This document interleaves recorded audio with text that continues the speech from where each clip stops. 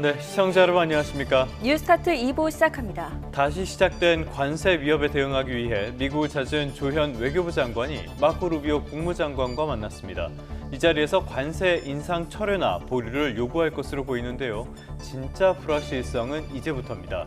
정치적으로 궁지에 몰린 트럼프가 화살을 외부로 돌릴 가능성이 큰 만큼 만반의 대비를 잊지 말아야겠습니다. 이런 가운데 우리 시장의 이른바 워시 쇼크는 하루 만에 진정됐습니다. 어제 코스피는 급등해서 다시 사상 최고치를 기록했는데요. 다만 방심은 금물입니다. 간밤 반도체 종목을 중심으로 뉴욕 시장이 부진했기 때문입니다. 워낙 변동성이 큰 시장이다 보니 신중하게 접근해야겠습니다. 그럼 이 시각 주요 뉴스부터 살펴보겠습니다.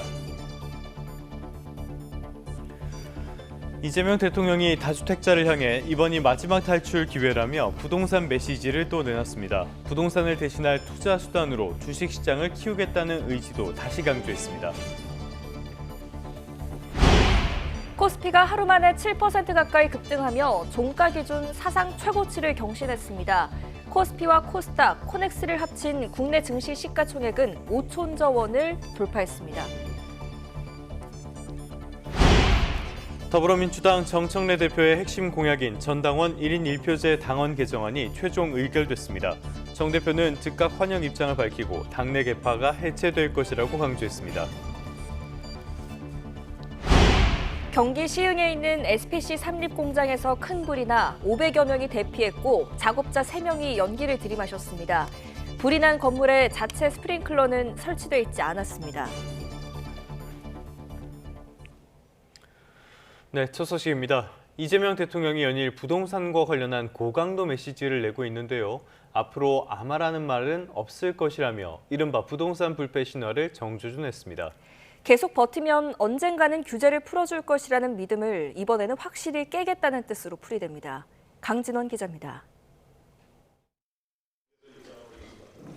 이재명 대통령이 다주택자 양도세 중과 면제 제도를 더는 연장하지 않겠다고 거듭 못 박은 가운데 진행된 국무회의. 오는 5월 9일 끝나는 유예제도의 보완 방안을 보고한 구윤철 부총리의 습관적인 표현을 이 대통령이 지적합니다.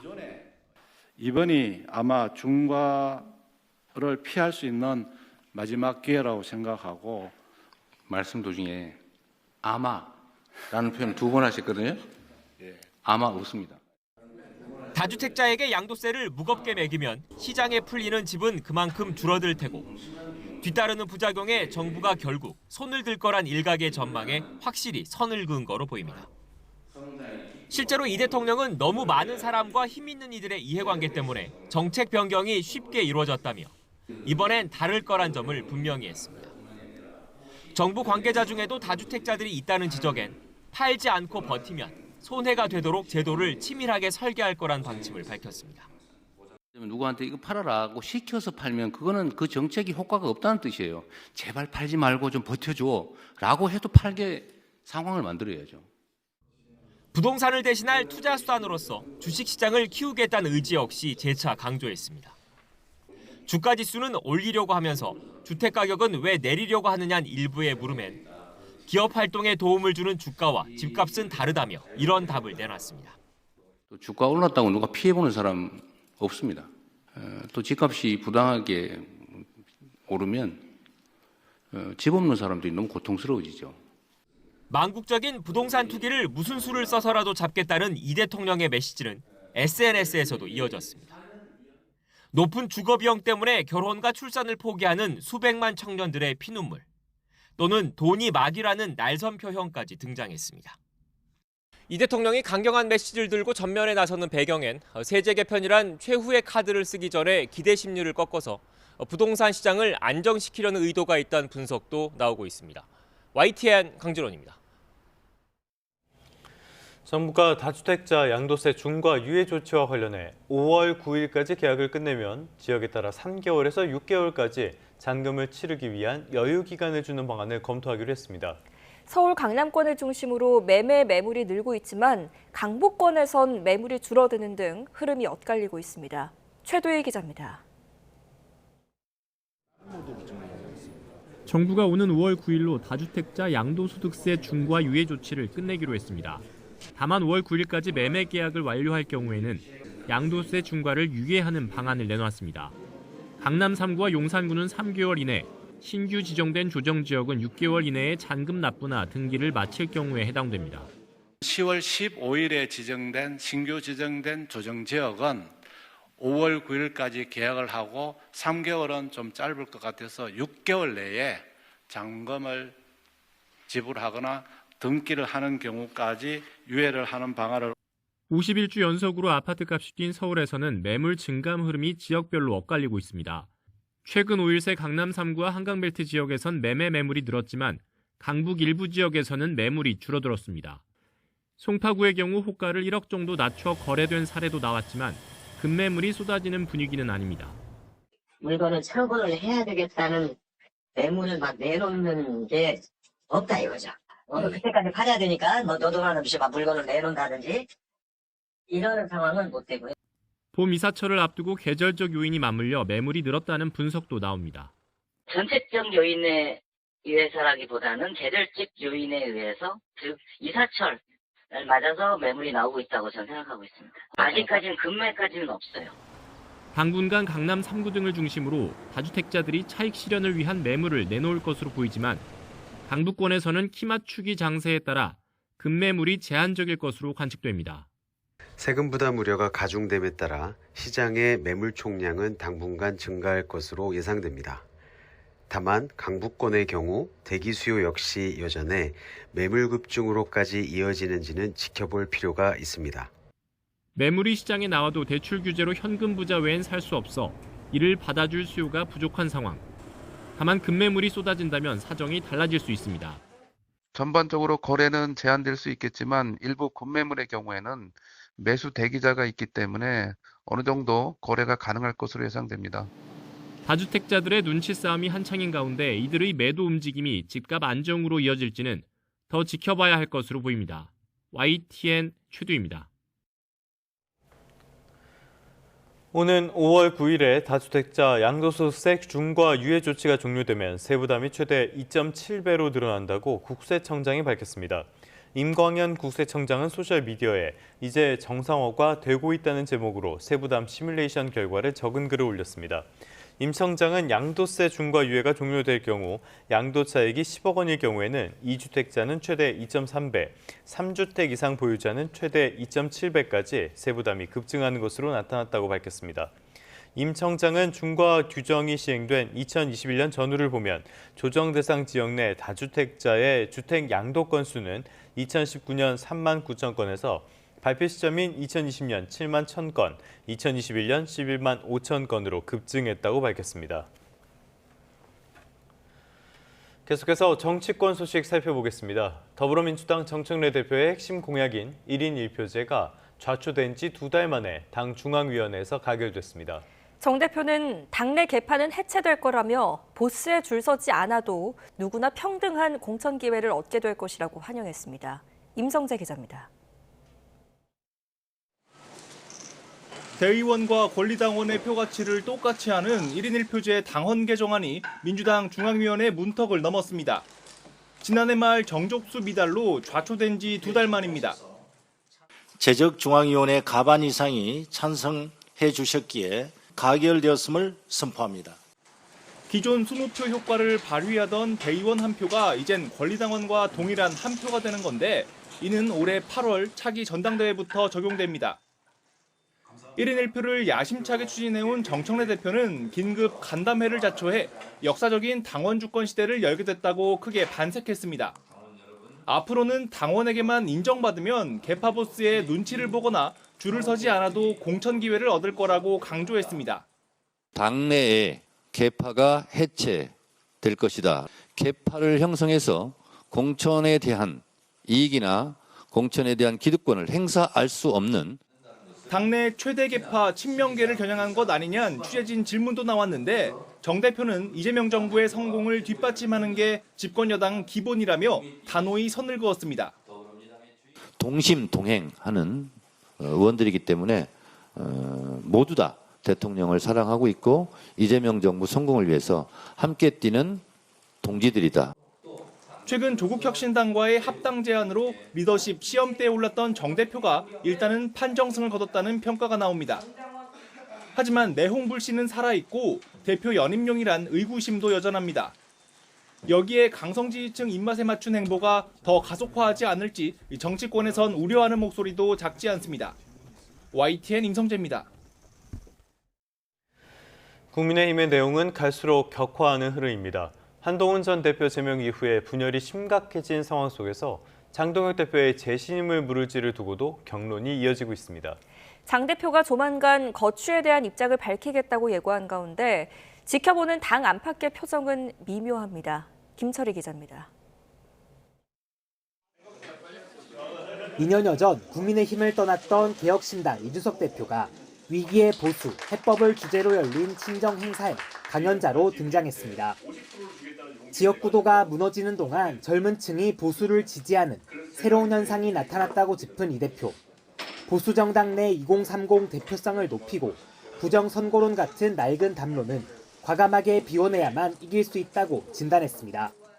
뷔페를 가가지고 맛있는 거 먹으려고 그러면 진짜 장을 비워야 되는데 어느 누구도 장을 비우는 일에는 혁신적인 고민을 안 하고 계시는 것 같아가지고 급속히 가까워지는 듯하다 이내 멀어진 양당 관계에 대한 질문도 나왔는데 이 대표는 황교안의 전철을 밟을 거라며 단호하게 선을 그었습니다. 우리가 황교안이다를 외칠 때부터 약간 불안했습니다.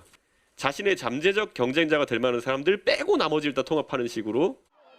한동훈 전 대표 제명에 이어 개혁신당과의 연대 전선도 느슨해진 사이 당내에선 장동혁 대표 재신임을 당원 투표로 매듭 짓자는 의견도 나왔습니다.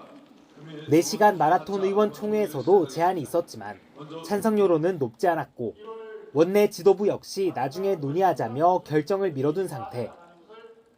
당권파는 당원 과반 지지를 자신하며 분리할 게 없다는 분위기인데 비주류, 소장파 의원들은 현재로선 실익이 없다.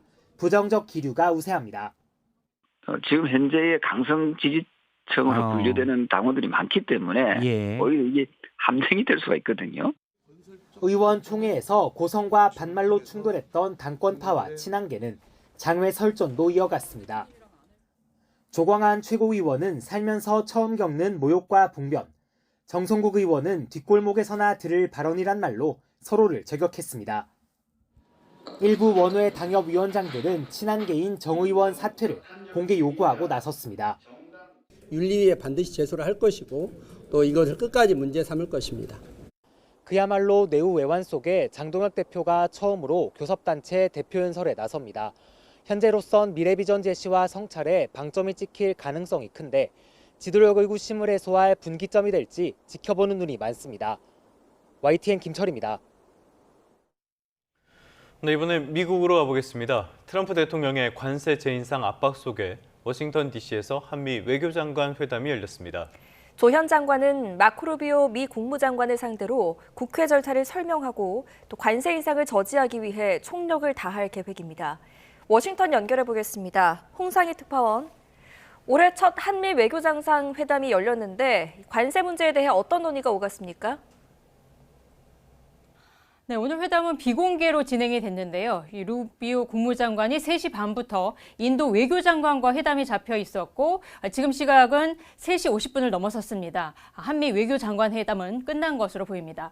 곧 회담 논의에 대한 내용도 공개될 것으로 예상이 되고 있습니다. 현재 시간 3일 미 국무부 청사에서 오후 2시부터 조현 외교부 장관과 마코 루비오 미 국무장관의 회담이 시작됐는데요. 이 조 장관과 루비오 장관은 회담에 앞서 악수를 나눈 뒤 관세 협상 전망 에 관련한 기자들의 질문에는 답변을 하지 않은 채 회담장으로 들어갔습니다. 한미 외교장관 회담이 열린 건 지난해 11월 한미 정상회담의 결과를 담은 조인트 팩트시트 발표 이후 처음인데요. 원래 조 장관은 미국이 주도하는 핵심 광물 장관급 회의 참석을 계기로 이 약식으로 루비오 장관과 만날 계획이었지만 트럼프 대통령의 관세 인상 발표 이후에 양국이 정식 회담 개최에 합의를 했습니다. 조 장관은 어제 출국 직전 공항에서 한미가 합의한 대미투자특별법이 국회 절차에 따라 입법 추진되고 있는 내용을 잘 설명하고 양해를 구하겠다고 말했는데요. 오늘 루비오 장관과의 회담에서 정부의 대미투자 의지에 변함이 없다는 점을 강조하면서 트럼프 대통령이 밝힌 관세 재인상 철회를 요청한 것으로 보입니다. 앞서 지난주 김정관 산업통상부 장관이 방미해서 하워드 러트닉 상무장관과 이틀 연속 만났지만 결론을 내지 못했죠. 여한구 통상교섭본부장도 지난 주말부터 오늘까지 제이미슨 그리어 미 무역대표부 대표는 물론 행정부와 의회 주요 인물들을 만나 우리 정부의 입장을 설명하는 데 주력했습니다.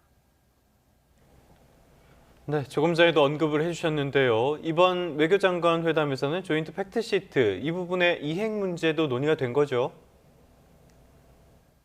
네, 그렇습니다. 앞서 조 장관은 루비오 장관을 만나 지난해 한미 정상회담의 결과인 조인트 팩트시트의 빠른 이행을 위해 합의를 도출하겠다라는 말을 했습니다. 한국의 우라늄 농축과 사용 후 핵연료 재처리 권한 확대, 핵 추진 잠수함 도입 등 안보 협력 후속 절차를 논의했을 것으로 보입니다. 조 장관은 트럼프 대통령의 관세 재인상 방침 발표로 우라늄 농축과 재처리 협상이 늦춰지는 게 아니냐는 우려에는 현재로서는 그럴 가능성은 작다라고 밝혔습니다. 이달 안에 원자력 협상을 위해 미국 대표단이 방한할 가능성에 대해서도 아직 결정되지는 않았지만 최대한 빨리 방한하도록 하겠다면서 만약 방한이 어렵다면 한국의 원자력 협력 TF의 방미도 가능할 거라고 말했습니다. 조 장관은 이곳 시간으로 내일 미국이 주도하는 핵심 광물 장관급 회의에도 참석할 예정입니다. 이번 회의는 미국이 핵심 광물의 중국 의존도를 낮추고 중국을 견제하기 위해 추진해 왔는데요. 지난해 미중 관세 전쟁 국면에서 중국이 히토류 수출 통제로 주도권을 잡으면서 이 트럼프 대통령은 어제 17조 원 규모의 자금을 투입해 핵심 광물을 비축하는 프로젝트 볼트 계획을 발표하기도 했습니다. 어제 트럼프 대통령의 말을 들어보시겠습니다. My administration has taken extraordinary steps to make sure the United States has all of the critical minerals and rare earths that we need. We're investing in mining projects. We're expediting federal permitting. 네, JD 벤스 부통령이 기조연설에 나서고 마코 루비오 장관이 주최하는 이번 회의에서는 핵심 광물 공급망을 강화하기 위해 글로벌 연합 또 양자 협정도 체결될 것으로 보입니다. 네, 미국 연방대법원의 관세 판결도 지연되고 있는데 우리나라에 대한 관세 인상 배경으로도 꼽히고 있지 않습니까? 네, 트럼프 행정부는 무역 협상으로 약속받은 대미 투자에 진전이 있어야 대법원 관세 판결에도 유리하게 작용할 수 있다라는 계산을 하고 있는 것 같습니다. 미국 연방대법원은 트럼프 대통령이 교육국에 부과한 상호관세의 적법성에 대해 최종 선고를 아직 하지 않고 있는데요.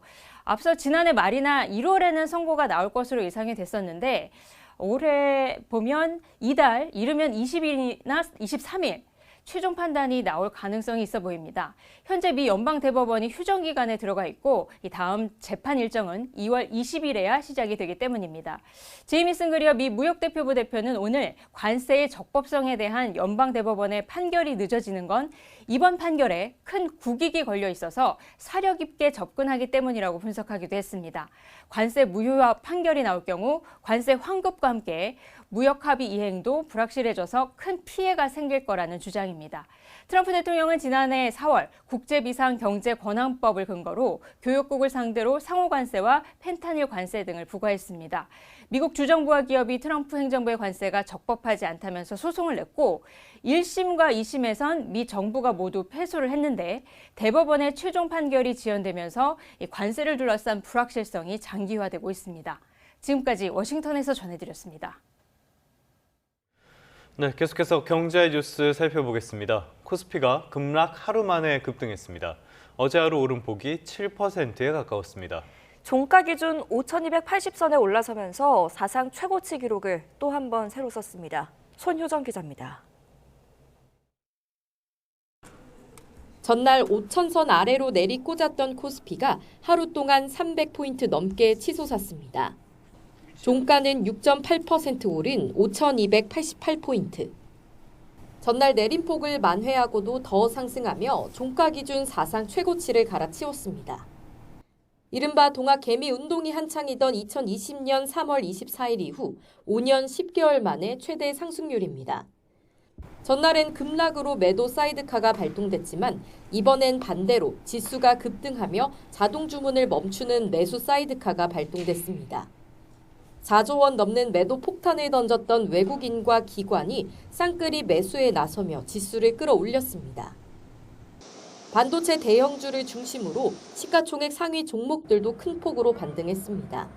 삼성전자는 11% 올라 16만 7,500원에 마감하며 신고가를 경신했고 SK하이닉스도 9% 상승해 90만 닉스에 복귀했습니다. 코스닥 지수는 4% 상승하며 1,144포인트로 거래를 마쳤습니다. 줄줄이 내리던 아시아 주요국 증시와 폭락했던 금, 은 가격도 회복세로 돌아섰습니다. 미국 연준 의장 지명이 금융시장에 미친 영향은 제한적이었던 데다 우리 메모리 반도체 기업들의 실적 기대감이 커지며 급등장이 나타났다는 분석입니다. 캐비닛인 지명자는 빌미로 작용하지 않았었나라고 보여지고요. 삼성전자하고 SK하이닉스의 영업이 전망 컨센서스 레벨이 지금 현재 수준보다 더 크게 늘어날 수 있다라고. 원달러 환율도 20원 가까이 급락했습니다. 달러당 원화 가격은 오후 3시 반 기준 1,445원을 기록하며 진정세에 접어들었습니다. YTN 손효정입니다. 환율 상승을 방어하느라 우리나라 외환 보유액이 2달 연속 감소했습니다. 한국은행에 따르면 지난달 말 외환 보유액은 전월보다 21억 5천만 달러 줄어든 4,259억 1천만 달러로 집계됐습니다. 한은은 국민연금과 외환 스와프 등 시장 안정화 조치로 인해 외환 보유액이 2달 연속 감소했다고 설명했습니다. 우리나라 외환 보유액은 지난달 7개월 만에 처음으로 26억 달러 감소했는데 환율 상승을 방어하기 위해서였습니다. 지난해 12월 말 기준 우리나라 외환 보유액은 세계 9위 수준입니다. 경제 한 줄 뉴스입니다. 글로벌 원자재 시장에서 금, 은, 선물 추가 증거금 요구에 대한 충격이 가라앉으면서 국내 금 현물 시세가 하루 만에 3.7% 반등했습니다. 한국은행 금융통화위원들은 5연속 기준금리를 동결하면서 환율과 집값 불안을 주요 근거로 들었습니다. 지난해 수백 %씩 급등세를 보였던 메모리 반도체 급등 현상이 올해도 계속되는 가운데 디램에 이어 낸드 플래시까지 가격 오름세가 가팔라지고 있습니다. 올해 1분기에만 전분기보다 40% 이상 오를 것으로 전망됐습니다. 지난해 한국을 떠난 고액 자산가가 전년보다 2배 급증한 2,400여 명으로 세계에서 4번째로 많다는 분석이 나왔습니다. 관세청이 전자담배 액상 형태로 유통되는 신종마약 이른바 좀비 담배 반입을 막기 위해서 국경 단계에서부터 단속을 강화하기로 했습니다. 고정밀 지도 9개 반출 시 향후 10년간 최대 197조 원의 경제적 손실이 발생할 수 있을 것이라는 분석이 나왔습니다. 지금까지 경제 한 줄 뉴스였습니다. 네, 다음 소식입니다. 김기영 전 서울시 의원으로부터 1억 원을 수수한 혐의로 다시 소환된 강선우 의원이 11시간이 넘는 조사를 마치고 집으로 돌아갔습니다. 경찰은 강 의원 진술과 또 그동안의 조사 내용을 바탕으로 사실관계를 종합적으로 검토한 뒤 구속영장 신청을 검토할 예정입니다. 강희경 기자입니다. 공천원금 1억 원을 수수한 혐의로 경찰의 2차 소환 조사를 받은 무소속 강선우 의원이 11시간여 만에 귀가했습니다. 강 의원은 출석 때와 마찬가지로 심려를 끼쳐 죄송하다면서도 불체포 특권을 포기할 의향이 있는지 등 취재진 질문에는 침묵했습니다. 이런 일로 국민 여러분께 심려를 끼쳐드린 점 다시 한번 고개 숙여 사죄드립니다. 죄송합니다. 강 의원은 지난 2022년 지방선거를 앞두고 김경 전 서울시 의원으로부터 1억 원을 받았다가 수개월 뒤 돌려줬다는 의혹을 받아왔습니다. 앞서 강 의원은 사무국장이었던 남모 씨의 보고를 받고서야 돈을 받은 사실을 알았다고 해명했지만 다른 인물들의 주장은 달랐습니다. 경찰 조사에서 김 전 시의원은 서울 용산 호텔에서 강 의원에게 직접 쇼핑백을 건넸다고 진술했고 남 씨도 강 의원 지시로 차에 물건을 실었다고 주장한 것으로 파악됐습니다. 경찰은 이번 조사에서 김 전 시의원이 지방선거 이후에도 강 의원에게 쪼개기 후원을 했다는 새로운 의혹까지 포함해 전반적인 사실관계를 다시 따져본 것으로 확인됐습니다. 김 전 시의원과 남 씨를 각각 4차례씩 부른 데 이어 강 의원을 재차 조사하며 막판 혐의 다지기에 주력하는 모습입니다. 경찰은 강 의원의 2차 진술과 압수물 분석, 관련자 조사 내용을 바탕으로 구속영장 신청을 검토할 방침입니다. 1억 원 의혹 수사가 한 달째에 접어든 가운데 경찰이 진실 공방 속 사건의 전모를 밝혀낼 수 있을지 주목됩니다. YTN 강희경입니다.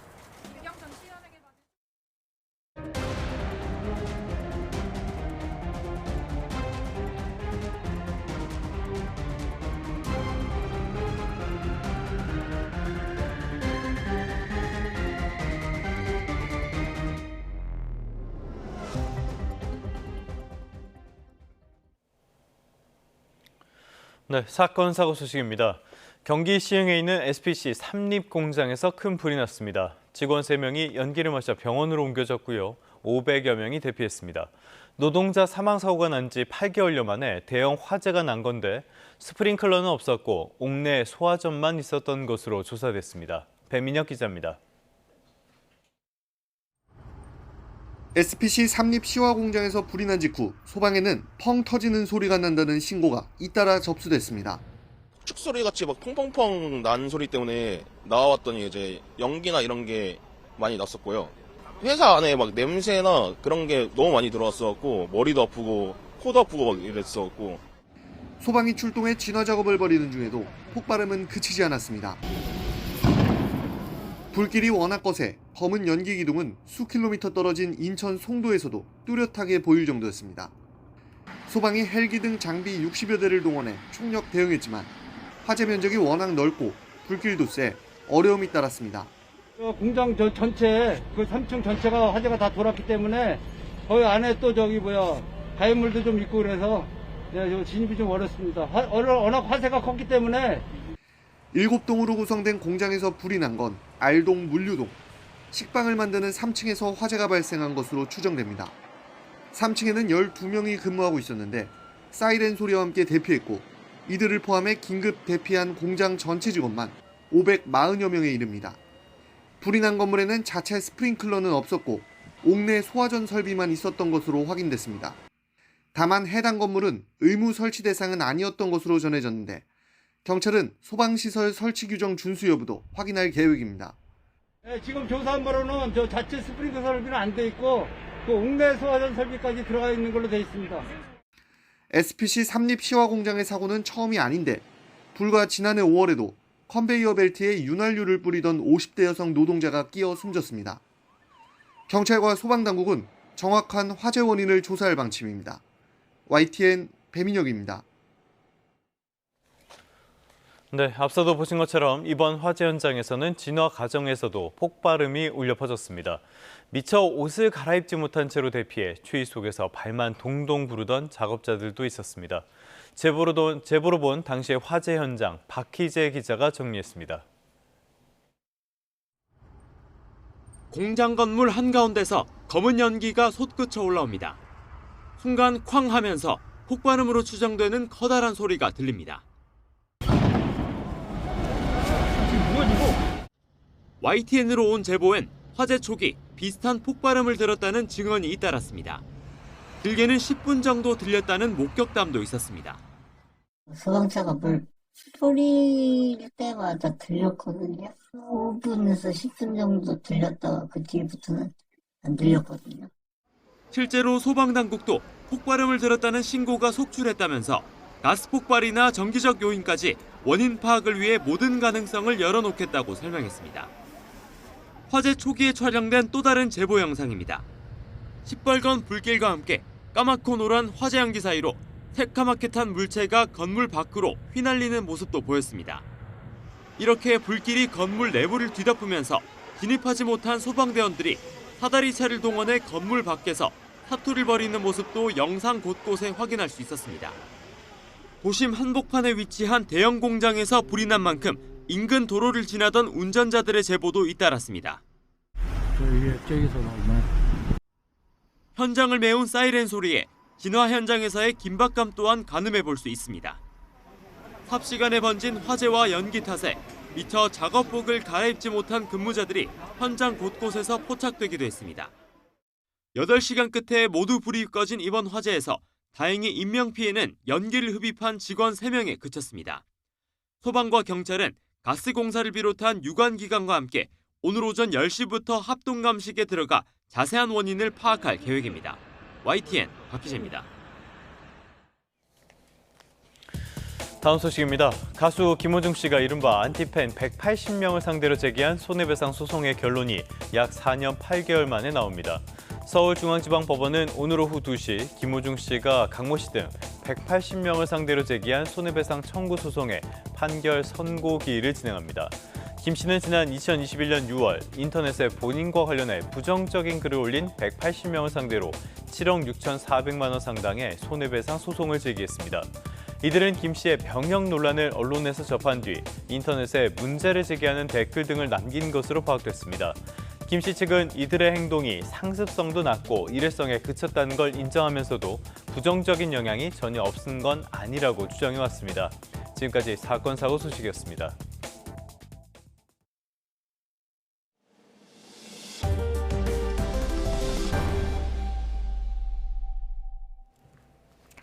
다음 소식입니다. 최근 강원 산간에는 10cm가 넘는 눈이 내렸지만 동해안은 겨울 가뭄으로 바짝 말라가고 있습니다. 메마른 날씨 속에 산불 위험이 그 어느 때보다 커지고 있습니다. 송재혁 기자입니다. 멀리 백두대간은 하얀 눈으로 뒤덮였습니다. 하지만 그 아래 동해안 숲은 전혀 다른 모습입니다. 같은 강원도라도 극심한 겨울 가뭄으로 숲 전체가 바싹 메말랐습니다. 산속에는 이렇게 낙엽이 수북이 쌓여 있습니다. 낙엽은 손으로 비비기만 해도 잘게 부서질 만큼 말라 있습니다. 최근 2달 동안 강릉 강수량은 12mm, 평년의 14% 수준에 불과합니다. 강원 동해안 지역에는 열흘 넘게 건조 경보가 이어지고 있습니다. 이처럼 메마른 날씨 속에 산불도 잇따르고 있습니다. 지난 1일 밤 동해시 달방동 한 야산에서 불이 나 1시간여 만에 진화됐고 앞서 지난달 30일에는 삼척 도계읍에서도 산불이 발생해 산림 10,000제곱미터가 잿더미로 변했습니다. 산불 위험이 커지자 지난달 27일부터 강원 동해안 지역의 산불 재난 국가 위기 경보는 주의에서 경계 단계로 상향됐습니다. 1월에 경계 단계가 발령된 건 2004년 이후 처음입니다. 경계 단계가 1월 달에 발령된 것은 매우 이례적인 상황인데요. 그만큼 다른 해에 비해서 산불 발생 위험이 매우 높아진 것이라고 생각하시면 됩니다. 산림당국은 강원 동해안 지역에 진화 헬기 22대를 배치하고 비상 대응 체제에 들어갔습니다. 50km 내에 있는 헬기를 전부 띄울 수 있도록 골든타임 30분 이내에 현장 도착 개념으로 골든타임 운영하고 있고요. 강원 동해안 지역에는 당분간 이렇다 할 비나 눈 소식이 없는 상황. 산림당국은 불씨 관리에 각별한 주의를 당부했습니다. YTN 송세혁입니다. 오늘은 봄의 시작을 알리는 절기 입춘인데요. 추위가 더 누그러지겠습니다. 이 시각 서울의 기온이 1도로 어제보다 8도나 높게 출발하고 있고요. 한낮에는 7도까지 오르면서 어제보다 온화하겠습니다. 기온이 오름세를 보이며 오늘과 내일은 종일 영상권에 들겠습니다. 다만 대기가 정체되면서 중북부 지역은 공기가 탁하겠고 전국 하늘빛은 흐린 가운데 오후부터 경기 북부와 영서에는 빗방울이나 눈이 날릴 수 있겠습니다. 양은 워낙 적겠고요. 동쪽 지역은 계속해서 대기가 건조하겠습니다. 여기에 바람도 강해서 화재 위험이 매우 큽니다. 불씨 관리 철저히 하는 등 화재 예방에 힘쓰셔야겠습니다. 금요일부터는 다시 찬 공기가 유입되면서 영하 10도 안팎의 매서운 추위가 찾아올 전망입니다. 날씨였습니다. 이 시각 주요 뉴스입니다. 코스피가 하루 만에 7% 가까이 급등하며 종가 기준 사상 최고치를 경신했습니다. 코스피와 코스닥, 코넥스를 합친 국내 증시 시가총액은 5천조 원을 돌파했습니다. 이재명 대통령이 다주택자를 향해 이번이 마지막 탈출 기회라며 부동산 메시지를 또 냈습니다. 부동산을 대신할 투자 수단으로 주식시장을 키우겠다는 의지도 다시 강조했습니다. 더불어민주당 정청래 대표의 핵심 공약인 전당원 1인 1표제 당원 개정안이 최종 의결됐습니다. 정 대표는 즉각 환영 입장을 밝히고 당내 개파가 해체될 것이라고 강조했습니다. 공천원금 1억 원을 수수한 혐의를 받는 강선우 의원이 두 번째 경찰 조사를 받았습니다. 경찰은 곧 구속영장 신청 등 신병 처리 방향을 결정할 예정입니다. 네, 정치권 소식부터 다시 짚어보겠습니다. 더불어민주당 내부에서 정청래 대표가 던진 조국혁신당과의 합당 논의를 지방선거 이후로 미루자는 주장이 커지고 있습니다. 공식 논의기구를 만들어서 수기를 거치자는 건데 정청래 대표는 반대파 최고위원들과 잇따라 만나며 내홍 진화에 안간힘을 쓰고 있습니다. 김다현 기자가 보도합니다. 조국혁신당과의 합당 제안을 철회하라고 요구한 친명 한준호 의원이 이틀 만에 다시 기자회견을 자처했습니다. 당원 참여형 공식 논의기구를 설치해 충분한 수기를 거치자면서 합당은 지방선거 이후에 결정하자고 제안했습니다. 선거 판결로는 당원 주권을 흔들 수 있고 선거에도 부담으로 작용될 수 있습니다. 친명 조직인 더민주 전국혁신회의도 이재명 정부 성공에 당력을 집중할 때라면서 합당 중단을 촉구하는 전당원 서명운동도 시작했습니다. 졸속 합당 중단 촉구 전 당원 서명운동에 함께할 것을 호소합니다. 내홍이 잦아들지 않는 사이 정청래 대표는 2인자의 반란이라며 자신을 공개 비판한 최고위원 3명과 잇따라 식사하면서 진화에 총력을 기울이고 있습니다. 합당 제안이 당권 연임용이라는 일각의 해석에 정 대표 측근들도 거듭 선을 그었습니다. 연임용이다 이런 주장하는데 그렇다면 두려지 못하게 하는 게 더 유리한 거 아닙니까? 이게 상식적이지 않잖아요. 그러나 이현주 최고위원은 대통령 임기 초 무리한 합당 추진으로 에너지 소모하지 말고 국정 뒷받침에 전념하자며 정 대표와 나눈 대화를 SNS에 공유했는데 독대 식사로도 이견을 좁히지 못한 모습만 드러났습니다. 다른 비당권파 최고위원들도 여전히 반기를 들고 있습니다. 말이 안 되는 거죠. 그야말로 독단적 사고입니다. 당 지도부가 수기하고 논의해서 잘 당을 이끌어달라는 이야기예요. 정청래 대표는 이번 주 초선 의원들과 만나 합당에 대한 의견 수렴에 나서는 등 대화와 소통을 강화한다는 계획입니다. YTN 김다현입니다. 이렇게 더불어민주당 내부 갈등이 이어지는 가운데 민주당 재선 의원들이 관련 논의에 나섭니다. 재선 모임인 더민재는 오늘 오전 국회의원회관에서 간담회를 열고 합당과 관련한 의견을 수렴할 예정입니다. 국민의힘 장동혁 대표가 오늘 오전 10시 취임 뒤 처음으로 교섭단체 대표연설을 진행합니다. 장 대표는 연설에서 변화하는 국제정세를 짚고 국민의힘이 변화해야 할 방향과 또 청년 등 미래 비전까지 차례로 언급할 전망입니다. 여권의 비판이나 정쟁보다는 정책에 방점을 찍겠다는 구상인데 계엄과 탄핵 관련 성찰의 메시지가 나올지도 관심입니다. 국민의힘 송원석 원내대표는 더불어민주당이 본회의 개최를 요구하는 데 대해 합의되지 않은 일정을 강행한다면 이후 국회 일정에는 협조할 수 없다고 밝혔습니다. 송 원내대표는 국회에서 기자들과 만나 민주당이 본회의에서 8대 악법 가운데 남은 것과 상법을 상정해달라고 의장에 강하게 압박하는 것 같다며 이같이 말했습니다. 이어 정청래 대표가 갑자기 쟁점 법안을 강행하겠다는 식의 강수를 두고 있는 게 당내 상황을 면피하려는 게 아닌지 의심된다고 지적하기도 했습니다. 다음 소식입니다. 이제 겨우 2026년의 두 번째 달이죠. 그런데 벌써 정부의 추가 경정 예산 편성론이 수면 위로 떠오르고 있습니다. 일단 국무총리와 부총리가 선을 긋긴 했는데요. 시장에서는 이르면 6월 지방선거 전에 편성 전망이 잇따라 나옵니다. 풀린 돈이 또 부동산으로 몰릴 가능성이 있어서 시기와 용도 조절이 필요합니다. 이승은 기자입니다. 이재명 대통령은 최근 잇따라 추경을 언급했습니다. 혹시 앞으로 추경을 할 기회가 있을 수 있는데 통상 있잖아, 그죠? 네. 그때는 문화예술 분야 예산을 잘 검토해 보시죠. 적정한 시기에 예산을 추경으로 조정을 해야 되잖아요. 추경 가능성에 국채금리가 상승하자 청와대는 원론적 발언이라고 해명하고 구윤철 경제부총리와 국무총리도 현재 정부 안에서 추경 논의는 없다고 선을 그었습니다. 그것을 가지고 선거와 관련된 카드로는 전혀 생각하고 있지 않다. 하지만 시장에서는 6월 지방선거 전 추경 가능성을 높게 봅니다.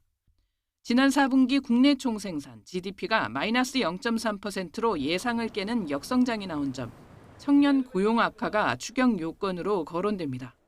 시티그룹은 이르면 3월에 10조 규모, 하나증권은 5, 6월에 14조 정도, 한국투자증권은 3에서 5월에 20조 안팎의 편성을 전망했습니다. 하지만 지방선거 직전이라는 시점과 함께 올해 예정된 적자국채 발행액만 해도 110조 원에 이르는 상황에서 재원이 논란이 될 수 있습니다. 엄청나게 뭐 몇 조, 몇십 조씩 혹시 적자 국채 발행해가지고 추경하는 거 아니야? 뭐 이런 걱정하는 사람들이 있던데 그런 건 안 합니다.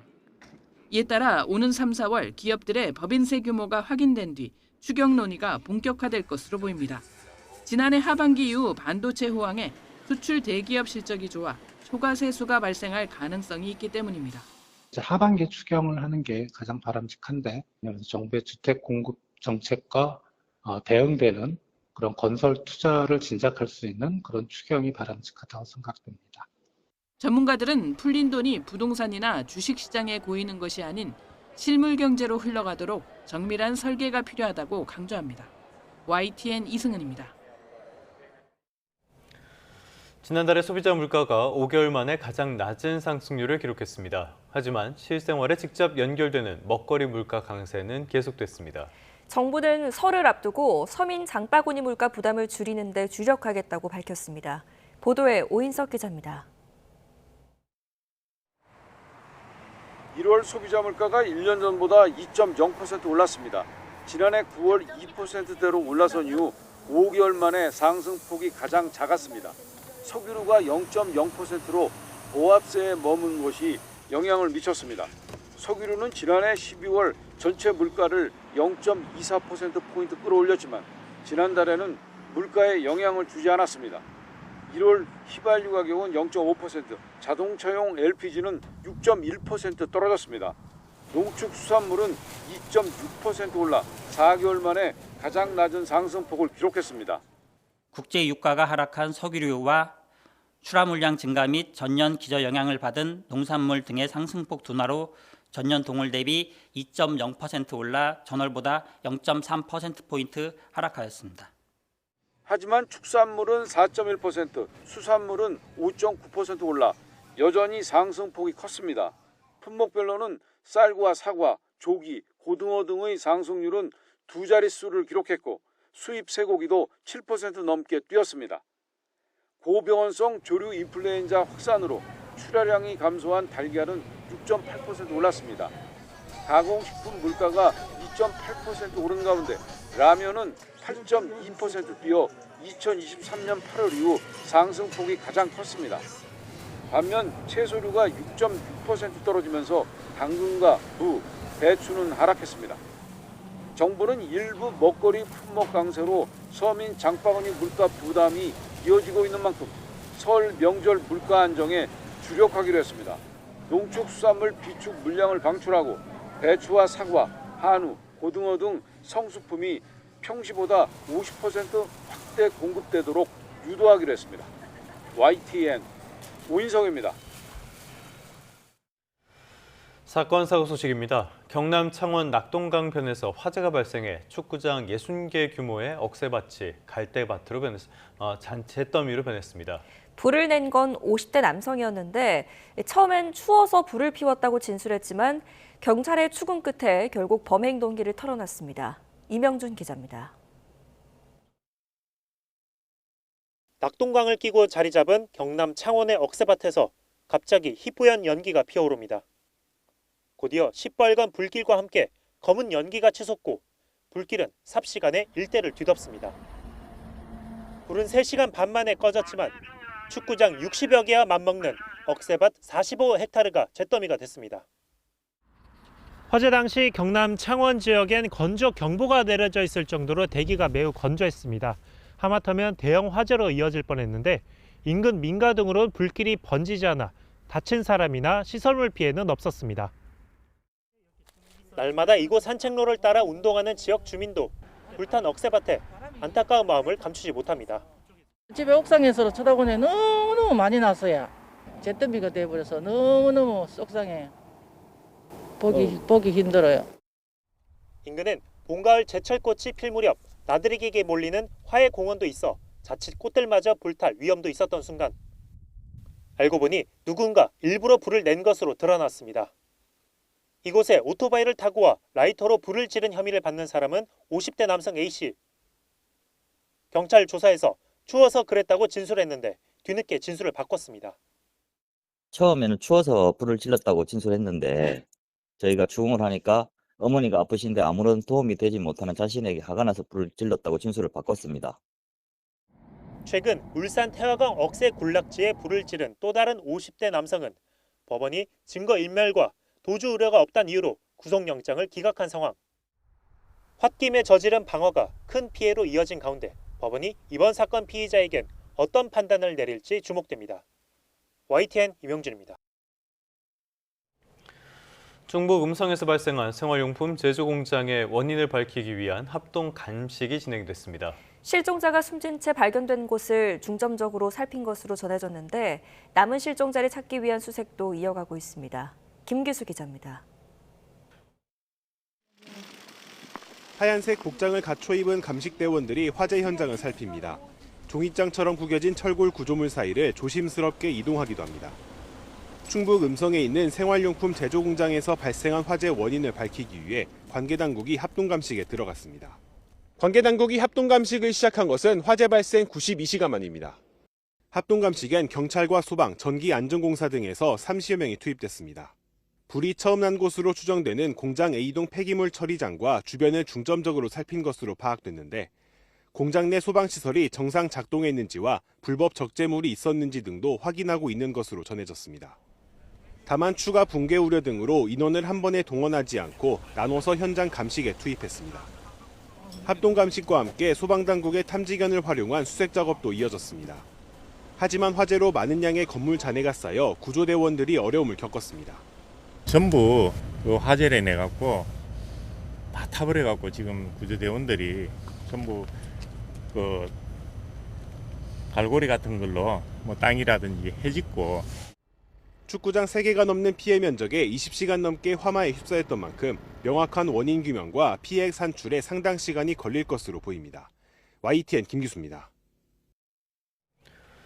9차 노동당 대회를 앞둔 북한이 열병식을 준비하는 정황이 또 포착됐습니다.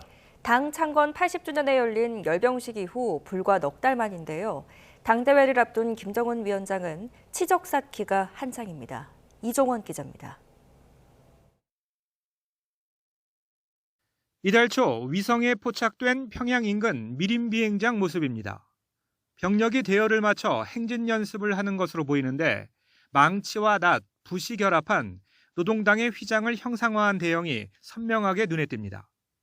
미국의 북한 전문 매체는 9차 당대회를 앞두고 열병식을 준비하는 모습으로 분석했습니다. 군사 열병식을 할지는 아직 부정확한데 현재까지는 민간 행사 차원에서 준비하는 걸로 알고 있습니다. 북한은 열병식을 준비할 때마다 미림 비행장에 병력과 차량을 집결시켜왔고 지난해 11월엔 군용 트럭 수백 대가 위성에 포착되기도 했습니다. 열병식이 또 열릴 경우 지난해 10월 당 창건 80주년을 맞아 빗속에서도 대규모로 강행된 열병식 이후 불과 넉 달 만입니다. 5개년 성과를 내세울 게 별로 없습니다. 이번 열병식은 특정한 신무기 공개나 이런 것보다는 결국 김정은 정권의 존재감을 보여주는 그 점에 주안점이 있을 것 같다 이렇게 볼 수 있죠. 9차 당대회 개최가 임박했다는 관측 속에 구체적인 일정은 아직 공개되지 않고 있습니다. 김정은 국무위원장은 최근 신의주 수해 지역에 대규모로 지은 온실 농장을 방문한 데 이어 새 단장한 대형 축산 농장을 찾는 등 건설이나 경제 성과 알리기에 주력하고 있습니다. 이렇게 훌륭한 조제품들이 우리 아이들과 인민들에게 잘해지게 된다고 생각하니 커다란 보람을 느끼게 된다고 말씀하셨습니다. 김 위원장이 치적으로 내세우는 평양 신도시 화성지구 4단계 공사가 마무리된 뒤에 당대회가 열릴 경우 일정이 조금 더 미뤄질 수 있다는 전망도 나옵니다. YTN 이종원입니다. 네, 이번엔 국제 뉴스 살펴보겠습니다. 미국이 중재한 일시 휴전이 끝나자 러시아가 대규모 공습을 다시 시작했습니다. 영토 포기를 수용하지 않는 우크라이나를 압박하는 겁니다. 나토 수장은 우크라이나를 찾아 평화협정 체결 즉시 유럽 국가들의 파병을 약속했지만 협상의 전망은 여전히 불투명합니다. 런던 조수연 특파원입니다. 러시아가 키이우와 하르키우, 오데사 등 우크라이나 주요 도시를 동시다발적으로 공격했습니다. 우크라이나 당국은 드론 450대, 미사일 60발 이상이 동원됐다고 밝혔습니다. 화력발전소 설비가 큰 손해를 입었고 키이우 곳곳에서 난방이 끊겼습니다. 영하 26도까지 떨어진 하르키우에선 에너지 시설이 3시간 넘게 공격받아 난방 정전 피해가 컸습니다. 러시아의 이번 공격은 미국 우크라이나와의 3자 종전회담에서 주도권을 쥐고 영토 양보를 압박하려는 전략으로 보입니다. 우크라이나는 러시아가 기온이 떨어지는 것을 기다린 뒤 에너지 시스템을 공격해 혹독한 겨울을 견디는 시민을 위협하고 있다고 비난했습니다. Те, що Росія робить, завжди чітко свідчить про наміри Росії. Ми вважаємо, цей російський удар справді порушує те, про що домовлялись американська сторона, і повинні бути наслідки саме цього. 키이우를 찾은 마르크 류테 나토 사무총장은 이번 공격이 매우 나쁜 신호라며 러시아가 협상에 진지한지 의문이라고 비판했습니다.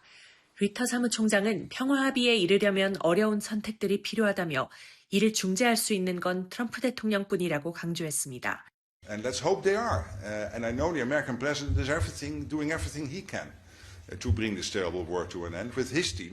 또 평화협정이 체결되는 즉시 나토 회원국들의 우크라이나 파병이 이루어질 것이라고 했는데 러시아는 수용할 수 없다는 입장입니다.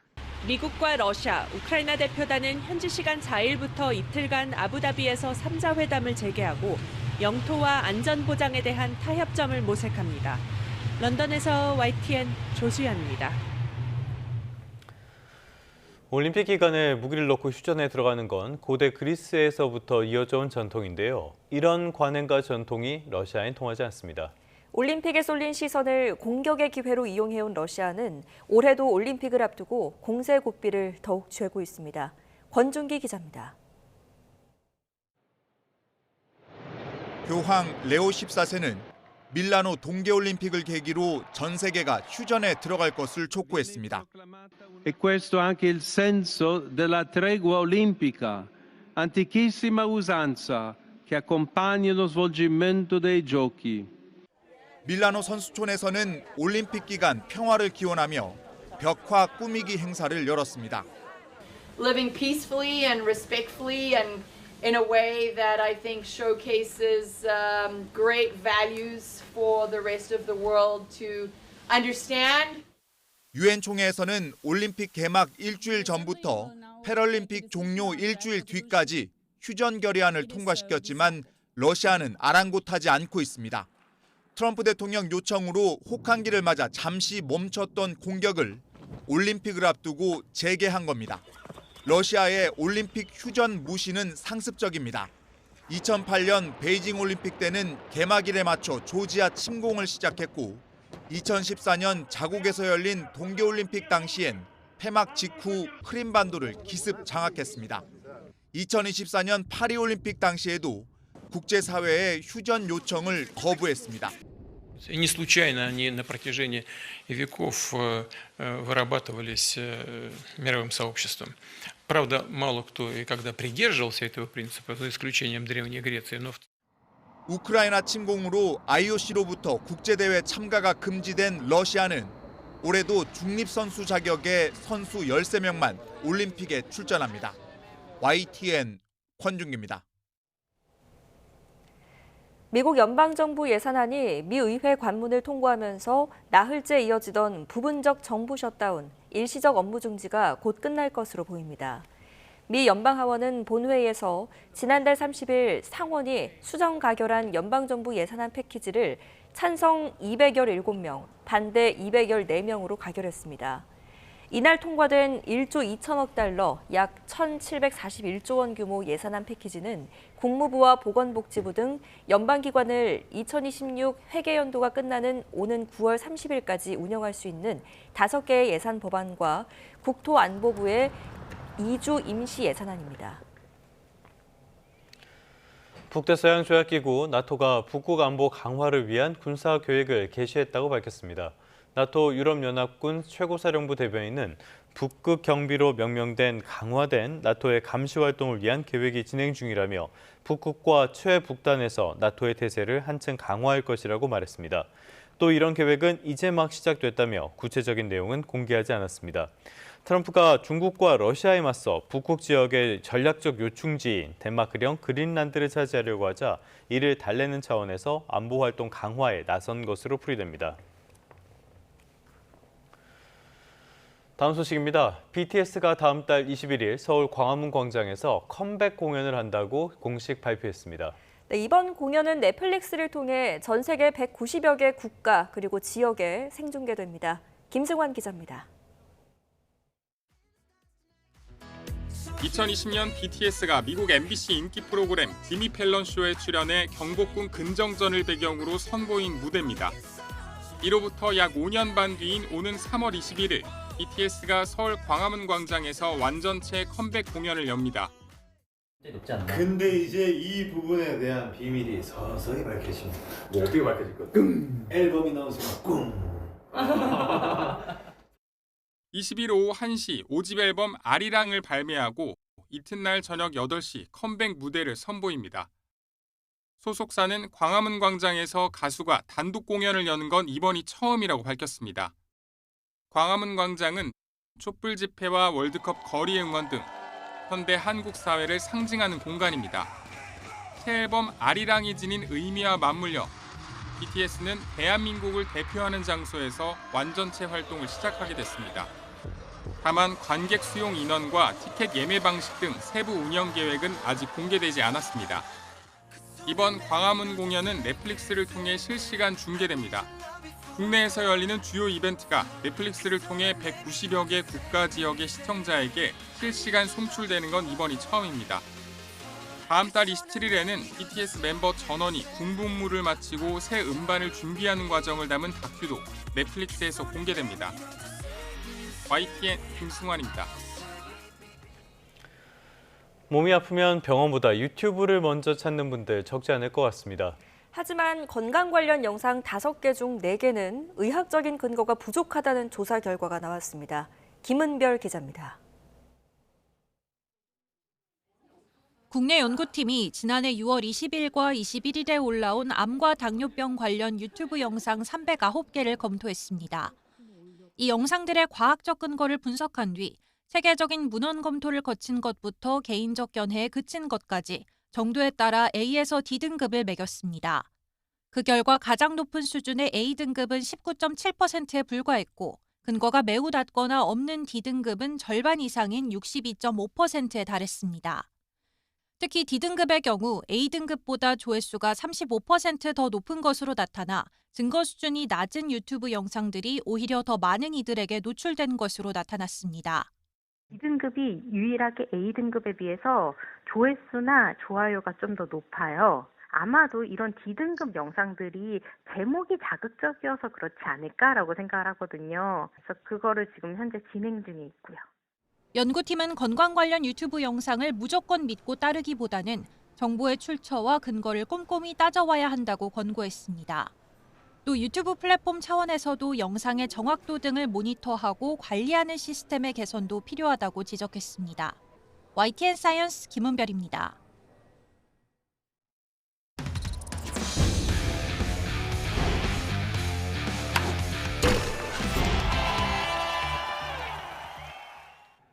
남자 프로배구 대한항공이 러셀의 강서부를 앞세워 삼성화재를 꺾었습니다. 대한항공은 대전 충무체육관에서 열린 경기에서 삼성화재의 세트 점수 3대 0으로 승리했습니다. 올 시즌 서브 1위를 달리는 러셀이 1세트에서만 서브 에이스 4개를 내리꽂는 등 23점을 올리며 승리를 이끌었습니다. 승점 50점을 쌓은 대한항공은 1위 현대캐피탈을 승점 1점 차로 바짝 추격했습니다. 김천체육관에서 열린 여자부 경기에서는 1위 한국도로공사가 최하위 정관장을 7연패에 몰아놓고 가장 먼저 20승 고지를 밟았습니다. 지금까지 스포츠 뉴스였습니다.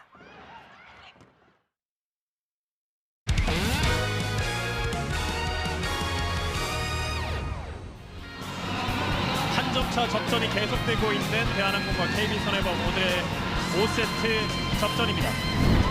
황태기의 서브. 정한용. 자, 이 중요한 상황에서 연속 속공이 실수가 나온다는 거. 자, 여기서의 호흡이 맞지 않으면서 상당히 뼈아픈 범실입니다. 그래서 마지막 서브는 배나선 손에 달려있게 되는데요. 매치 포인트. 비에나에서는 길게 벗어나면서 오늘 경기 대한항공이 승리로 가져갑니다. 오늘 경기 3대2로 승리를 합니다. KB손해보험 입장에서는 조금 아쉬운 결과예요.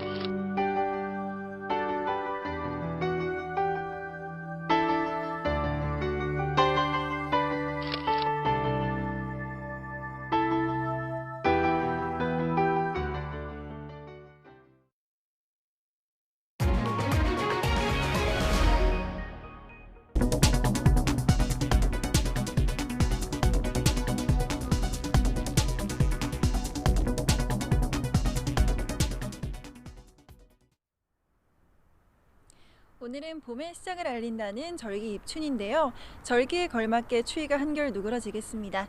이 시각 서울의 기온은 1도로 어제보다 무려 8도나 높게 출발하고 있고요.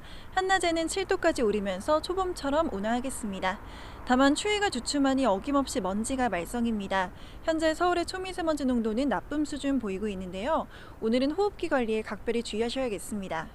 중서부를 중심으로는 오늘 종일 공기가 탁하겠습니다. 서울과 세종, 충북을 중심으로는 종일 초미세먼지 농도 나쁨 단계를 유지하겠고 충남과 전북, 경북은 오전 중에 영서와 영동은 오후부터 대기질이 탁해지겠습니다. 자세한 지역별 현재 기온 살펴보겠습니다. 서울이 1도, 대전 영하 1.4도 나타내며 평년 기온을 1에서 6도가량 크게 웃돌고 있습니다. 한낮에는 초봄처럼 온화하겠습니다. 서울 7도, 대전 9도, 광주는 11도까지 오르겠습니다. 추위의 기세는 누그러졌지만 동쪽 지역의 건조함은 여전합니다. 바람도 강해서 작은 불이 큰 불로 번지기 쉽습니다. 산불 조심 기간인 만큼 계속해서 화재 예방에 각별한 주의가 필요하겠습니다. 내일까지는 비교적 온화하겠지만 금요일에는 찬 공기가 내려오며 다시 영하 10도 안팎의 매서운 한파가 찾아올 전망입니다. 오늘 전국 하늘빛은 흐리겠고 경기 북부와 영서 중북부에는 빗방울이 떨어지거나 눈이 날리는 곳이 있겠습니다. 이 지역에 계신 분들은 참고하시기 바랍니다. 지금까지 YTN 정세현입니다. 뉴스타트 3부 잠시 뒤에 계속됩니다.